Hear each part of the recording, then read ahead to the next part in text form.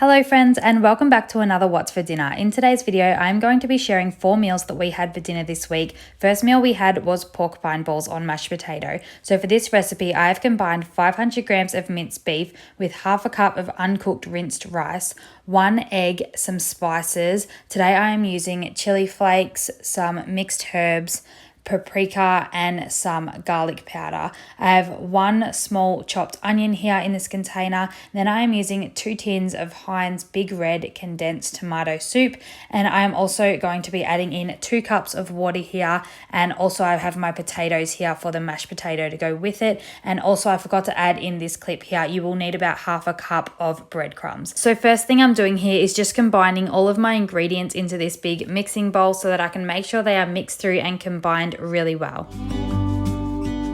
Hey, I wish you could see yourself just sitting there on my chair.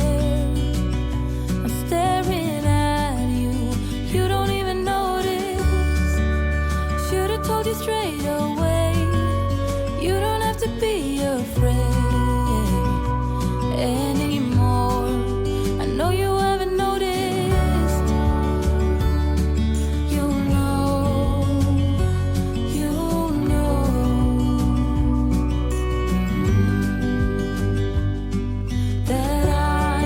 Okay, so now that is all well combined, I have just gone and peeled and washed my potatoes, and I'm just chopping them up nice and small to make sure that they cook evenly for the mashed potatoes. You go, put your arms around me and I'll let you know how it feels when time goes slow. And I won't let it rush when I see you dance, and the moment comes when I fall.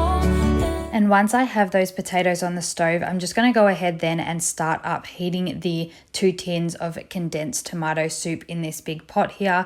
And then I'm also going to be adding in 2 cups of water. I do like to add the water to the tins and swirl it around a bit just to try to make sure I get all of that tomato soup out. And the water just helps to make the sauce go a lot further. And also because it is condensed tomato soup, the water is actually really needed in my opinion. So once I've given that a stir, I'm just going ahead and adding that lid back on to let that soup heat up a little bit while I roll the pork pine balls ready to add into the soup. Now I normally cook these for about 30 minutes along with the potatoes just to make sure it is all cooked through well.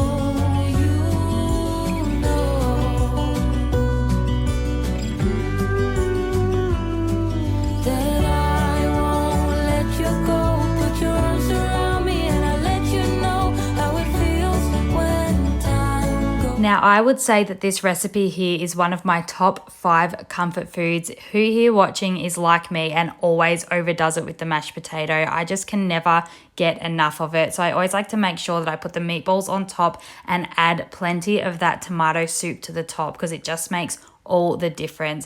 I am telling you now, you will not regret it if you try this meal at home. Your family are going to love it.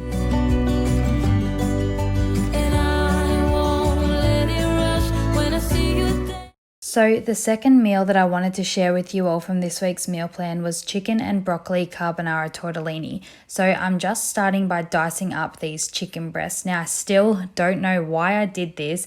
As most of you know, I don't like touching raw chicken, and normally I buy it already pre-cut into strips, but for some reason, and I'm totally blaming mum brain here, I went ahead and brought the whole chicken breasts, But if you're like me and you don't like touching raw chicken, one tip I have for you is to move them to the pan while using a fork, and once the breasts are cooked, go ahead and dice them after that.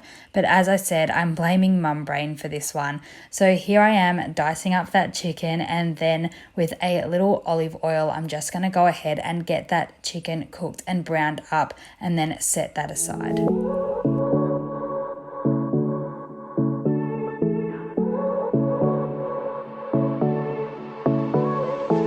I won't make it easy for you now. You got 2 minutes of my time, and I don't really break too easily, but I'm worth it, 'cause I'll slip into your... Now I'm going to go ahead and put half a bag of frozen broccoli into a pot while I wait for it to boil. This just gives it more time to cook and soften up than what the pasta needs, and it also saves dishes using the same pot. So once that's boiling, I'm just going ahead and adding that tortellini for 10 minutes because mine's frozen. You'll probably find a lot of the food that we have is frozen. It just makes it last a whole lot longer and make sure that we don't waste any of our groceries. So give me your all. I'll take it to Mars. I'll stick like glue. So now that that is cooked and drained, I'm just going ahead and adding in that diced chicken in with the rest of the mix. And then I'm going to go ahead and add in 1 jar of carbonara sauce. This pasta could have definitely used 2 jars if you like it really saucy, but it was enough with this 1 jar. I did go ahead and add 1 cup of milk just to make it go that little bit further. If I had 2 jars in the cupboard, I for sure would have used them, but 1 worked perfectly fine. So I've just gone ahead and mixed that together, and then I'm going to serve that up and add a little cheese to the top because what is pasta without cheese? Just watch me breaking your sweat. You're falling into me, touch me. I swear you would do anything that I want, so keep us awake till the dawn. Baby, feel free. I wanna make you sweat on me. I wanna make you sweat on me.